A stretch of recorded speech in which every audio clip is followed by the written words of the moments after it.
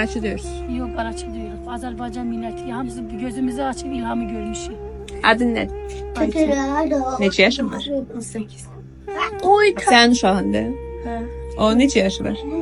6 ay. Ha, təzə doğulub. Məktəbə getmisən heç? Yazmaq, oxumaq yəqin. Yox. Neçə uşağınız var? 11 uşaq. 11 dənə də 11 dənə ilə o evdə yatırıq. Orada çimirik biz.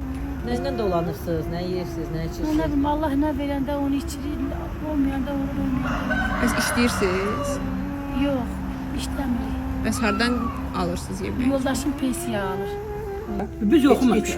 Yok yok. Qaynımın Uşaqlar ölmüşdü. ama kızımınki Bastırmışlar da qarxın Qızınki, qəbirstanına. hə. Bu vaxt beşə yadına gələrək Məktəbə niyə qoymurdunuz? sökürlər ha. o vaxtları benim Şey ağlım görə, olmadı. Qızıl çiçək görə. Gül benim başım olsun bala. O vaxtları ağlım olsaydı balalarım hamısını oraya salardım bala. Bəs oxuya bilirsiniz, yoxsa oxumursunuz? Yok okuya bilmirəm, benim yoldaşım. Amma rəqəmləri tanıyırsınız. Yok yok Rəqəm abla. diyor. Yok kurban olayım sana yok.